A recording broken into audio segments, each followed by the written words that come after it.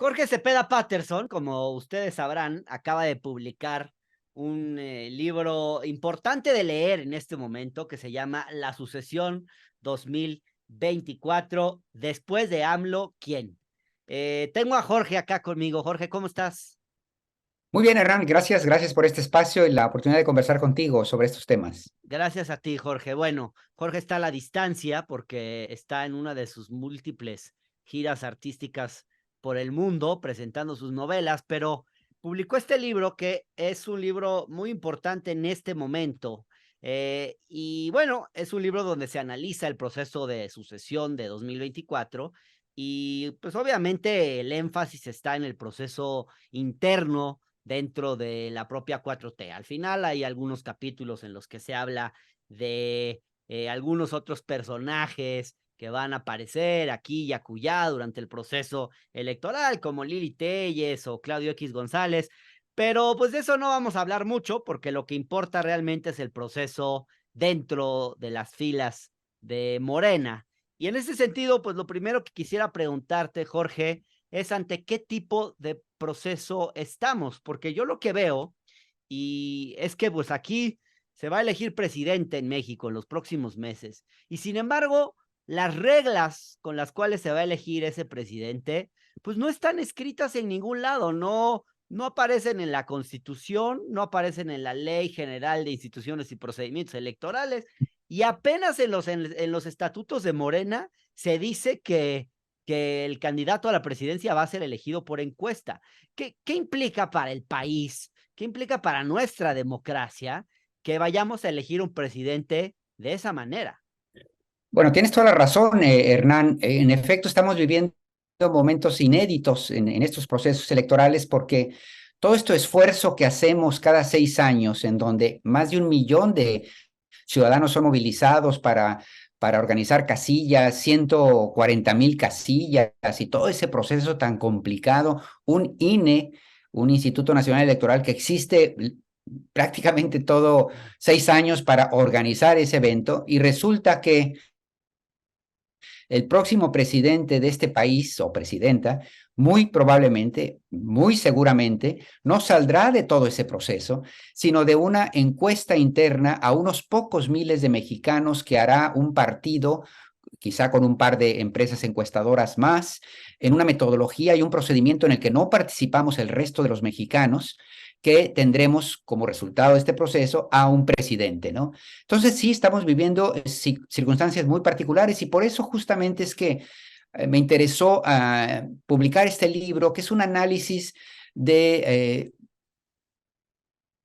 qué hay detrás de este proceso, de esta competición, con qué criterios se está jugando, hasta qué punto sí va a ser el resultado de este proceso o como dicen los adversarios de la 4T, va a ser simplemente un eufemismo para legitimar pues el consabido manotazo por parte del Claro. Ejecutivo como se usaba antes, ¿no? Tú sobre ese tema justamente te pones en la balanza este dilema de si esto va a ser un dedazo presidencial o resultado de la voluntad ciudadana, si serán las encuestas realmente el mecanismo para definir la candidatura del abanderado de Morena o si las encuestas son un mero artilugio para disfrazar la voluntad de López Obrador como acusan sus críticos. Sin embargo, tú dices que este es un falso dilema. ¿Por qué es un falso dilema, Jorge? Porque en realidad nunca nos vamos a enterar del desenlace de esta pregunta, López Obrador o las encuestas, porque sucede, Hernán, que todo indica que están coincidiendo las preferencias o las inclinaciones que le podemos atribuir al presidente al marcarse aparentemente una favorita, estarían coincidiendo con la inclinación de las intenciones de voto que declaran los sondeos hasta este momento. Es decir, al coincidir aparentemente la voluntad del presidente o lo que podrían ser sus preferencias con lo que están marcando las encuestas, pues no exige, digamos, un momento de definición, de manotazo, de la voluntad en contra de la intención del pueblo, etcétera, etcétera, porque están coincidiendo.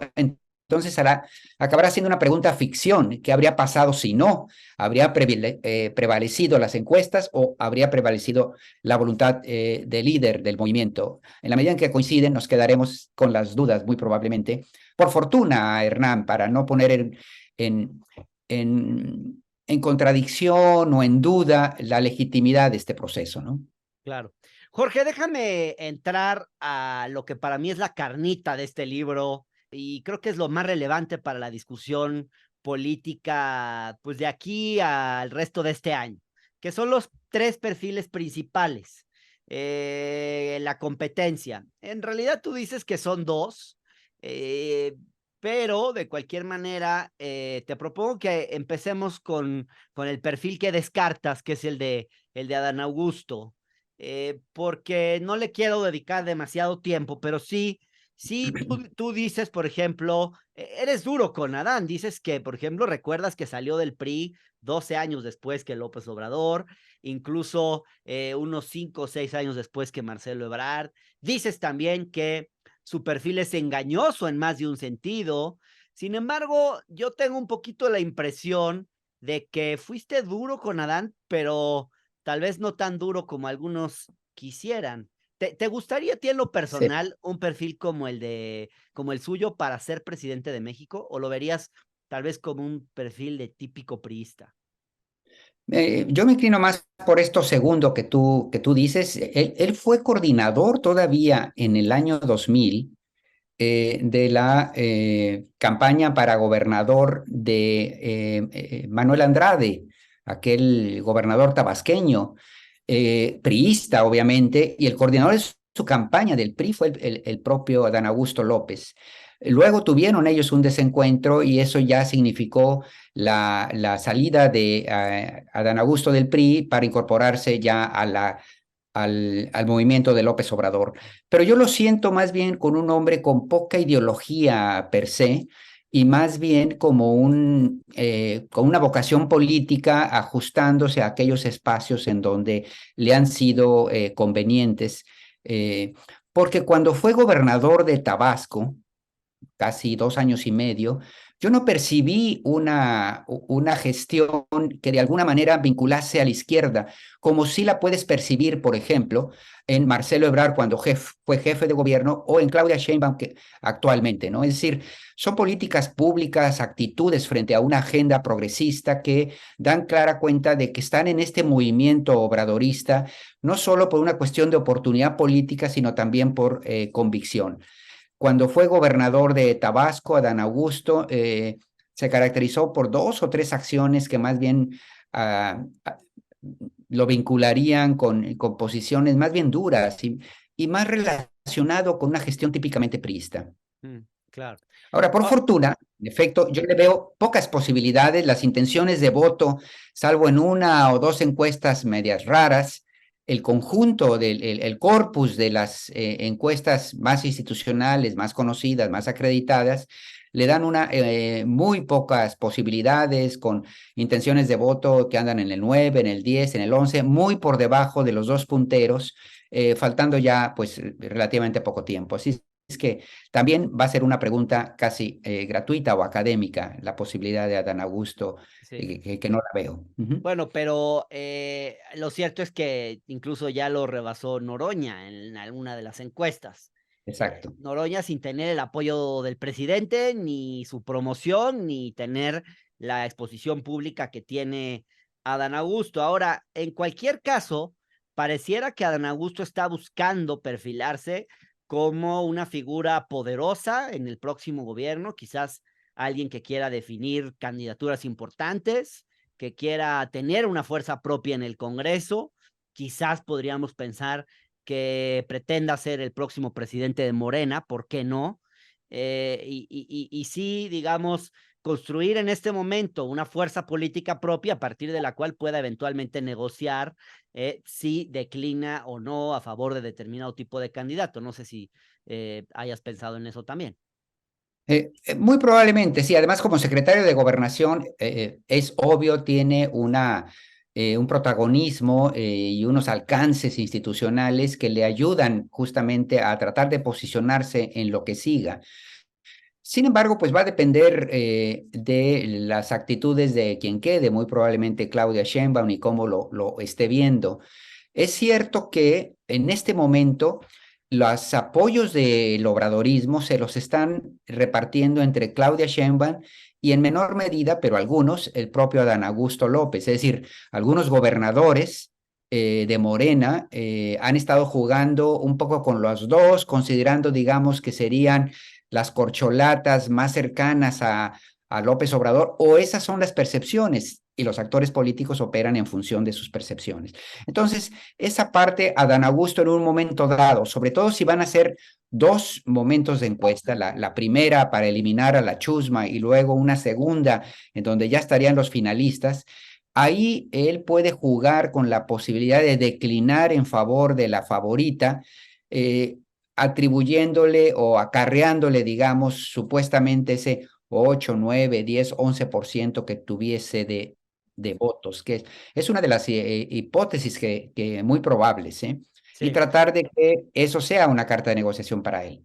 Ahora, bueno, concentrémonos en los dos personajes relevantes de este proceso y a los que tú le dedicas más espacio en este libro, que son Claudia y Marcelo. Mi primer comentario, Jorge, es que cuando uno lee el libro, es muy claro que tú tienes una mayor simpatía por Claudia. Se siente, se lee y además es claro también que le dedicaste más tiempo a investigar el perfil de Claudia, a contarnos cosas que no sabíamos de Claudia. Por qué Claudia te despierta más interés y más simpatía, si lo puedo decir en estos términos, que Yo no, Marcelo? fíjate que yo no me pondría necesariamente ese saco, Hernán. Pienso que en el análisis más bien lo que trato de explicar son dos factores que podrían quizá interpretarse como una especie de inclinación personal, pero que no lo es. Los dos factores son, uno, ¿por qué Claudia Sheinbaum va arriba en las intenciones de voto? Analizo los últimos 4 meses de todas las encuestas que se han conocido, publicado, y en el promedio de ellas, Claudia Sheinbaum está arriba de Marcelo entre 9 y 10%. Y trato de hacer una explicación como analista de a qué podría deberse este elemento. Y un segundo tema, entonces no estoy dando argumentos de por qué ella debe ser la favorita, sino tratando de explicarme por qué ella aparece como puntera. Y el segundo elemento es una pregunta que hago: ¿verdaderamente es favorita o no? Hay elementos porque es una etiqueta que se le puso ya desde hace varios meses y con ella ha caminado. La pregunta ya como analista es: ¿hay datos que confirmen que es realmente favorita o no? Y lo que analizo es, a ver, ¿cuántos gobernadores de Morena están con ella y cuántos con Marcelo Ebrard? Y ahí ella apabulla, digamos. Ujú. Luego, ¿cuántos miembros del círculo alrededor del propio López Obrador están con uno o están con otro? Y bueno, la mayor parte ha tratado de ser neutral, digamos, pero hay algunos, como un hermano de Andrés Manuel, del presidente, que apoya explícitamente, el jefe de comunicación social que ha participado del presidente, que pocas personas hay en este momento más cercanas a él, con mayor interacción con él diaria que Jesús Ramírez, y que ha participado en actos de la propia Claudia. Eh, y esto y otros elementos ya de apreciación subjetiva de con quién parece sentirse más cómodo López Obrador, la manera que ha reaccionado cuando cada uno de ellos está en problemas. Se ve claramente el arropamiento inmediato que el presidente procura en favor de Claudia, y luego esta sucesión en donde Marcelo lo ve un poco como un par, es decir, incluso fueron rivales políticos en el 2012 por la candidatura en ese momento del PRD, mientras que Claudia siempre ha sido una especie de ahijada política a la que él trajo literalmente a la gestión pública, a diferencia de Marcelo, que tenía una vida propia, fue incluso también su rival en el 2000 para la alcaldía de la Ciudad de México.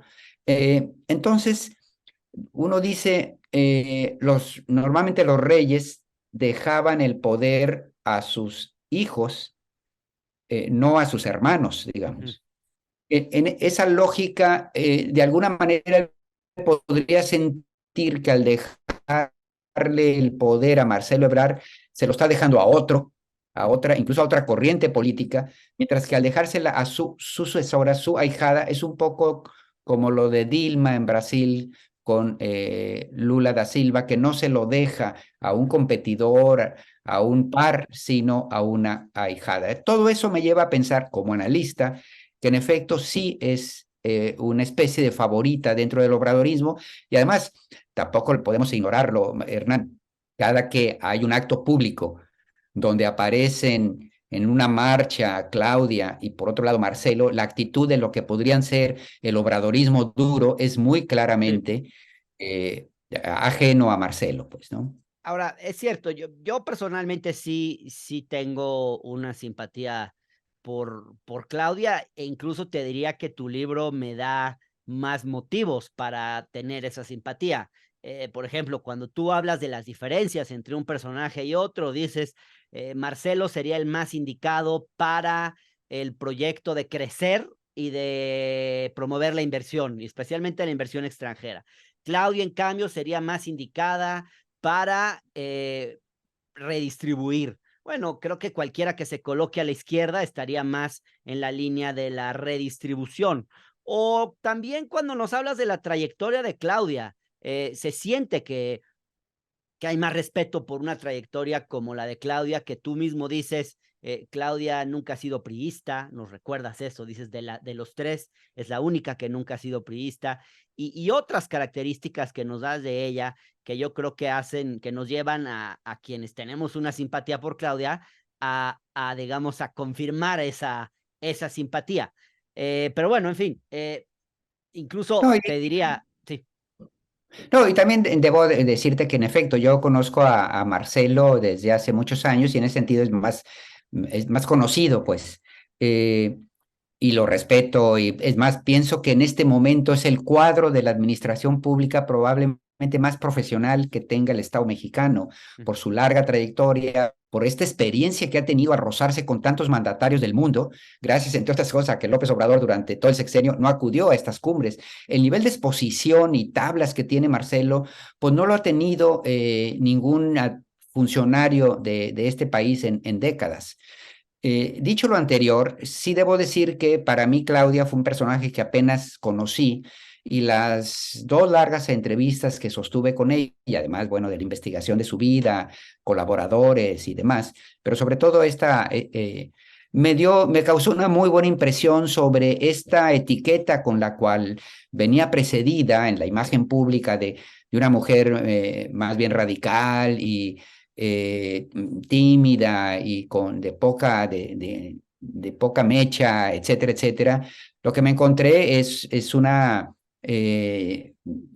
persona capaz de conversar, abierta, con sentido del humor, con mucho más brillo, pues, del que le podría haber atribuido antes de conocerla. Y eso fue, en efecto, creo que fue una experiencia que me dejó bien impresionado, ¿no? ¿Hablaste Eh, con Marcelo para este libro o con sí, este tu sí, equipo?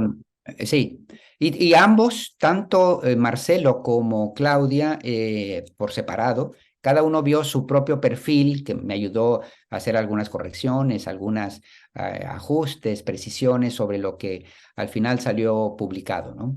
Porque te doy Porque un ejemplo. sí, Por ejemplo, yo en momentos siento que, digamos, por ejemplo, cuando hablas de Marcelo, cómo se conocen él y López Obrador, hablas de Marcelo, por ejemplo, en la época, en el año 2000, en esa elección en la que él competía contra López Obrador por ver quién iba a ser el jefe de gobierno de la Ciudad de México, y dices que básicamente López Obrador lo rescató a él de la orfandad política. Y en su libro, El Camino de México, pues Marcelo Ebrard nos cuenta una historia muy diferente. Él dice que declinó su candidatura porque no quería dividir a la izquierda, o sea, obviamente no se presenta como alguien en la orfandad política, pero te lo pongo como un ejemplo donde percibo que no Sí. tratas a Marcelo tan bien. O por ejemplo, en la parte de la línea 12, cuando hablas de su responsabilidad en la línea 12, no pones mucho a discusión, por ejemplo, si Mancera o Claudia tuvieron alguna responsabilidad en lo ocurrido ahí. ¿Tú ves, por ejemplo, la caída de la línea 12 como una responsabilidad enteramente de Marcelo Ebrard? No, yo creo que aquí hay una lectura política que trata de castigar particularmente a las cabezas.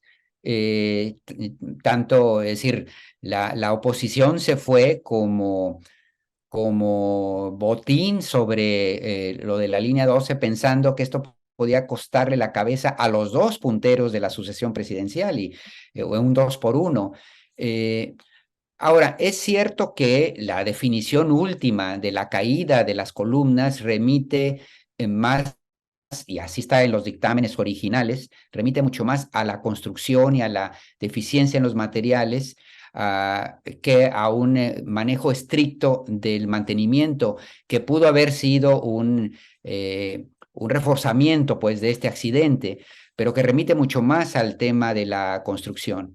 Lo que me queda claro es que la responsabilidad última de un jefe de gobierno en estas cosas acaba diluyéndose mucho por las muchas cadenas que hay en una obra pública de esta naturaleza, ¿no? Uh -huh. Y que en todo caso ambos saltaron el golpeteo, habida cuenta de las encuestas de intención de voto, que al final no alcanzaron a impactarle a ninguno de los dos, ¿no? Ahora, Jorge, ¿tú crees que Marcelo Ebrard es un político honesto?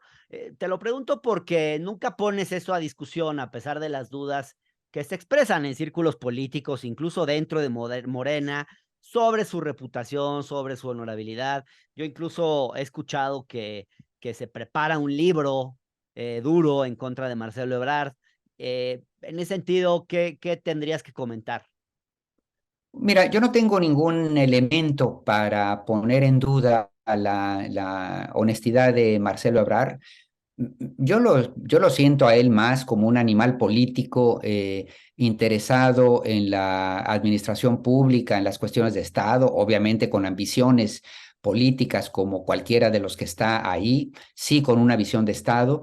No lo veo como algunos, podría uno considerar a ciertos políticos, sobre todo del antiguo régimen, orientados al uso del poder con ambiciones de acumulación, digamos, de enriquecimiento. Sí veo a Marcelo más en términos de un animal político, quizá como el propio López Obrador, haciendo lo que tengan que hacer para asegurar el financiamiento para sus propios proyectos políticos, el movimiento, etcétera, pero nunca lo he percibido pues como muy a la usanza de Enrique Peña Nieto y de algunos de estos gobernadores priistas orientados al uso del poder para efectos de la acumulación, ¿no? No me parece que sea el problema de Marcelo en particular, ni mucho menos, ¿no? Bien. Y en cambio, sí, cuando yo analizo lo que podría ser la sucesión con cualquiera de estas dos cartas que tiene Morena o que tiene López Obrador eh, para manejarlo como su relevo, francamente yo me siento muy optimista con los dos, cada uno con sus énfasis, ¿no? Es decir, yo creo que dependiendo de lo que necesita el país, eh, Marcelo Ebrard asegura más la posibilidad de una conciliación y de una incorporación otra vez de actores económicos de cara a algo que permita crecer para estar en condiciones de distribuir. Y en Claudia lo que veo más es la posibilidad de gobernabilidad política. Es decir, para Marcelo va a ser muy difícil que estas conciliaciones que necesita el país no se han percibido por los grupos mayoritarios como una especie de traición, digamos, al movimiento, a la agenda, al obradorismo. Mientras que para Claudia va a ser más fácil caminar en esa dirección de correrse hacia el centro, como dijo el propio López Obrador hace 10 días, mi sucesor seguramente va a tener que correrse hacia el centro casi independientemente de quién sea, porque evidentemente no va a poder continuar con la polarización como la lleva en este momento el propio López Obrador por sus muy peculiares características. Y en este corrimiento hacia el centro es más fácil que lo haga, curiosamente, Claudia Sheinbaum, porque el obradorismo no lo va a ver como una traición, puesto que ella es la banderada del obradorismo, mientras que al pobre Marcelo, en cuanto lo intente, los grupos duros del obradorismo, que los conocemos muy bien, Mm. inmediatamente comenzarían a probablemente acusarlo de estar cometiendo esto. Es muy interesante lo que dices. ¿Cuáles serían, si reflexionamos, cuáles serían las amenazas a la gobernabilidad? Tú pones como una amenaza potencial a la gobernabilidad la posible movilización de los grupos sociales que apoyan y políticos que apoyan hoy al presidente López Obrador. Sin embargo, yo no tengo la impresión de que estos grupos se movilicen demasiado de forma autónoma. Yo pensaría más en amenazas a la gobernabilidad, más bien desde el lado de los opositores a López Obrador. Y en ese sentido, creo que un perfil como Marcelo Ebrard los mantendría más contenidos que un perfil como el de Claudia, que quizás no les ofrecería demasiada certidumbre o le resultaría que los confronta un poco más. Entonces, en ese sentido, yo a lo que le veo a Marcelo Ebrard es una capacidad, como tú decías, más de conciliación, es un perfil más conciliador, que en ese sentido puede mantener mejor la estabilidad política del país. A veces pareciera un poquito como Marcelo Ebrard como una opción, eh, como a mí personalmente me pasa que veo a Claudia como el perfil que llevaría el país hacia el rumbo que yo quisiera que se ha llevado el país, pero veo a Marcelo Ebrard como una opción quizás más adulta, por ejemplo, si se tratara de mantener la estabilidad política y manejar una crisis. Pareciera que el perfil de Marcelo Ebrard sería mejor manejando una crisis política que el perfil de Claudia. Yo creo que así están puestas las cosas. Uno va a ser mejor que el otro y viceversa, dependiendo de dónde venga el riesgo de la estabilidad, ¿no? En efecto, Ujú, para Marcelo va a ser difícil contener las expectativas de las grandes mayorías que esperan ya resultados y que de alguna manera López Obrador, con su liderazgo social y político digamos, de izquierda, orientado a estas mayorías populares, ha logrado, digamos, eh, quitarle efervescencia y mantener la esperanza. Quizá los cambios no han llegado, pero él sigue hablando en favor de los pobres y luchando por esos cambios, y los pobres le conceden ese beneficio de la duda. Quizá Claudia podría conservar en mayor medida este beneficio de la duda para no provocar la impaciencia de estas grandes mayorías, ¿no? ujú. A Marcelo se le va a dificultar eso.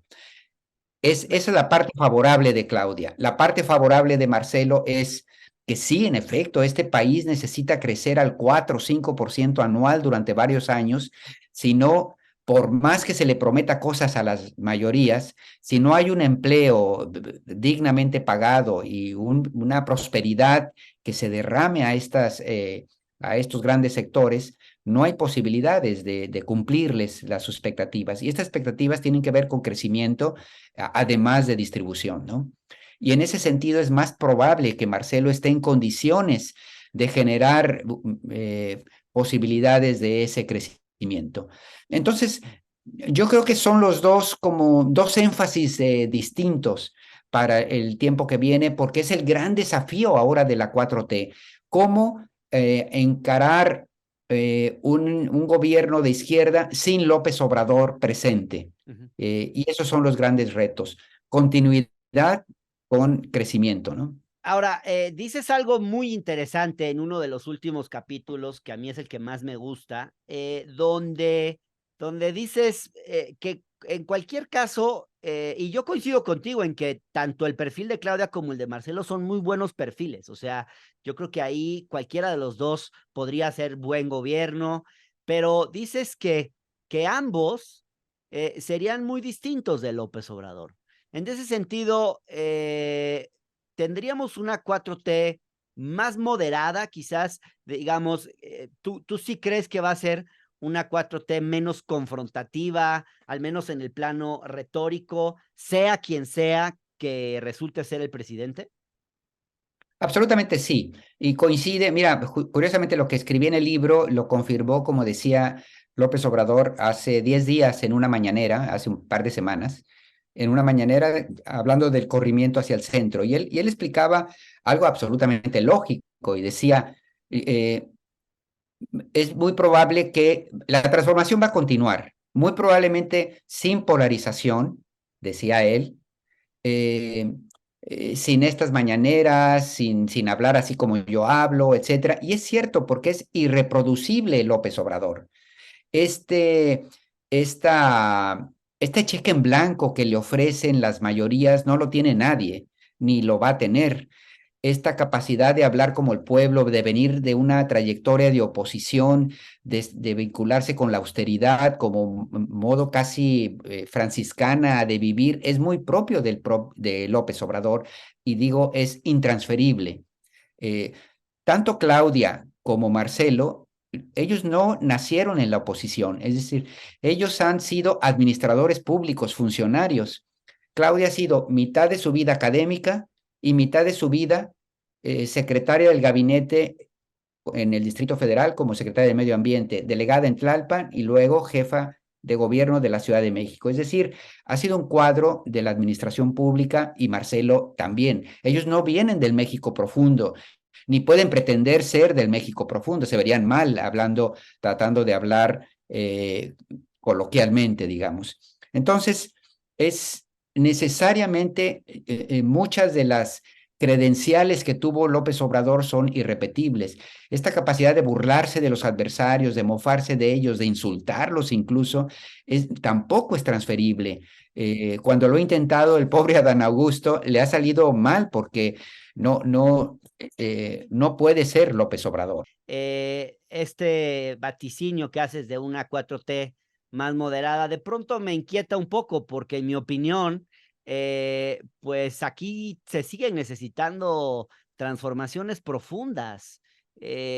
No han sido tan profundas las transformaciones de este gobierno. Apenas ahora se atrevió López Obrador a tocar en lo profundo, digamos, creo yo, a un gran empresario. Digo, ya había estado el tema de los impuestos y el tema del outsourcing, pero yo no creo que los grandes empresarios, los dueños de este país, hayan sido tocados. Y en ese sentido, yo creo que todavía faltan transformaciones profundas. Te pido nada más una breve conclusión en ese sentido. Estoy totalmente de acuerdo. Ahora, no veo yo condiciones para enfrentar a los poderes fácticos de este país que siguen ahí, sino a través de un largo proceso progresivo de aproximaciones sucesivas. Ni la situación internacional, ni nuestra vecindad y dependencia con el proceso de integración con Estados Unidos, el nearshoring, etcétera, da para mucho más que eso. A mí me parece, y termino, que probablemente una política de incorporación a esto puede, a este plan de primero los pobres, podría conciliar intereses de muchos. Te agradezco mucho esta conversación, Jorge, y felicidades por este libro, La sucesión después de AMLO, ¿quién? De Jorge Cepeda Patterson, que está publicado en Editorial Planeta. Échenle un ojo, es un libro importante en este momento. Gracias, Jorge. Gracias a ti, Hernán. Un saludo a todos. Saludos.